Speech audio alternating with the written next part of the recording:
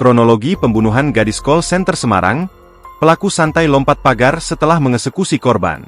Tersangka kasus pembunuhan Robiatul Adawiyah sudah sangat tertata dalam melakukan aksinya.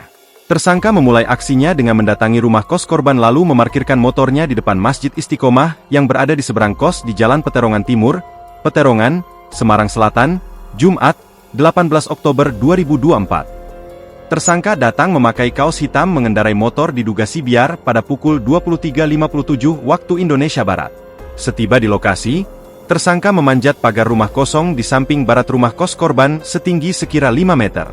Tersangka lalu meloncat ke balkon rumah kos-kosan tersebut untuk menuju ke kamar kos korban yang berada di lantai 2. Sesudah berhasil mencapai lantai 2, tersangka masuk lalu melakukan penusukan ke lengan dan pinggang korban, semuanya diarahkan ke bagian kiri.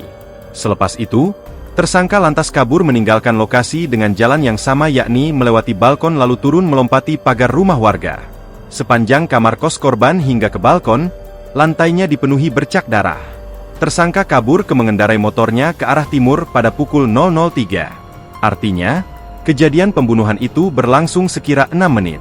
Menurut Joko, ada pengakuan warga yang melihat tersangka sudah mengitari sekitar lokasi sebelum terjadi pembunuhan. Tersangka sempat berhenti di perempatan jalan di sebelah timur kos korban. Oleh warga, tersangka ditegur lalu meninggalkan perempatan jalan tersebut. Pemilik kos, Faizal Setio, mengaku tidak mengenal pria yang diduga kuat menjadi tersangka pembunuhan tersebut. Rekaman itu juga ditunjukkan ke penghuni kos, ternyata tidak ada yang mengenal. Download Tribun X sekarang, menghadirkan lokal menjadi Indonesia.